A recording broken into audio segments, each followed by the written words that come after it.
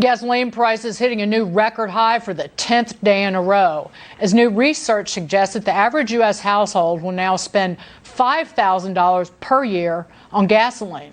That's up more than $2,000 from 1 year ago. Here now, Daniel Turner, Power the Future Executive Director.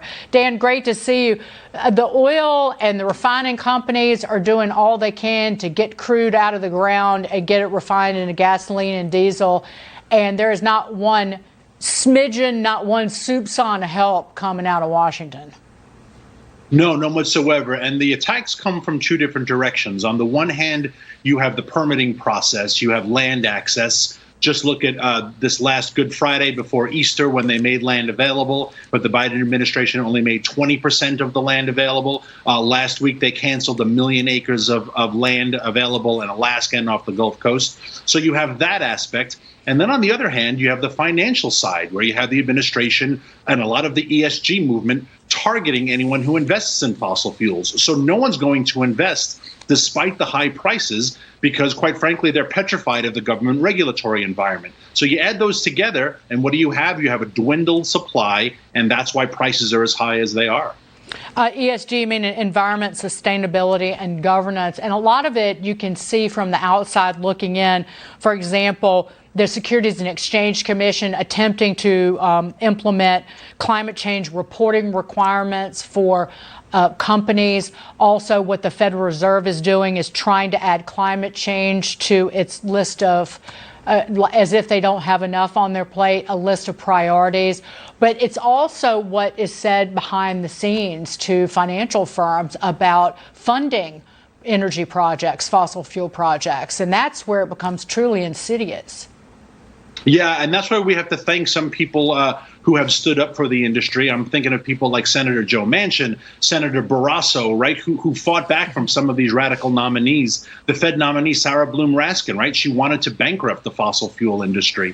And so you're absolutely right. This is a very labor and capital intensive industry.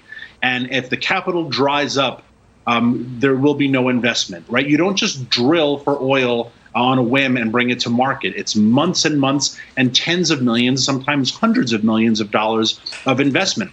So again, the Biden administration ran on this campaign promise. And here we are now 16 months later, and it's all coming to fruition. They're trying to blame it on Putin. They're trying to blame it on someone else. But this is the accumulation of months and months of targeting this industry.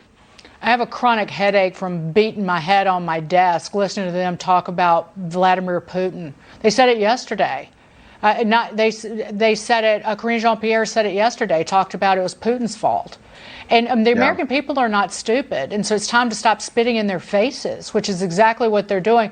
My fear is from the left, those still in power in Washington, that they will make an even more grave mistake, where you have price controls introduced on gasoline and on diesel, which will cause vast shortages or an excess profits tax potentially that will only harm the companies trying to get the oil out of the ground and process it into fuel.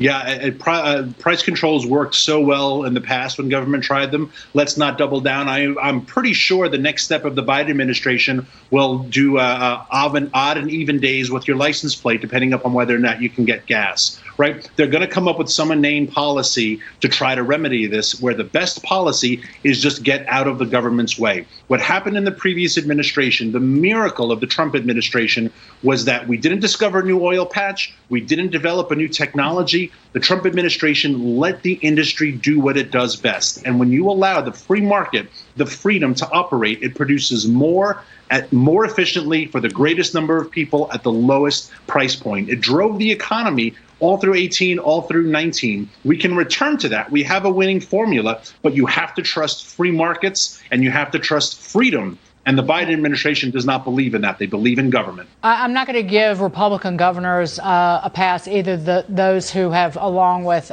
Democrats who've tried to ease the pain of the pump prices by waiving the gas taxes at the state level.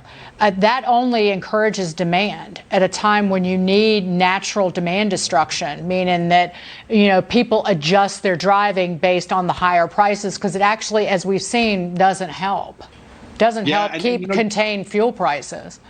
And you're raising a great point about the gas tax writ large. Let's look at the movement to drive everyone towards electric vehicles. Well, how are we going to fund our highway system if it's basically funded by a gas tax? So again, like, there are huge structural problems that the government is facing, whether it's the state level or the federal level, that we need to address. Right. And in the process, we're just driving up inflation. We're driving scarcity, right? We haven't even begun to talk about food prices. If diesel is twice the price, Right. and phosphates and nitrates and fertilizer are 4 and 5 times the price, food prices this fall are going to be astronomical, right? We're headed towards disaster. Kyle Bass of Heyman Capital is talking about famine in parts of the world because of this.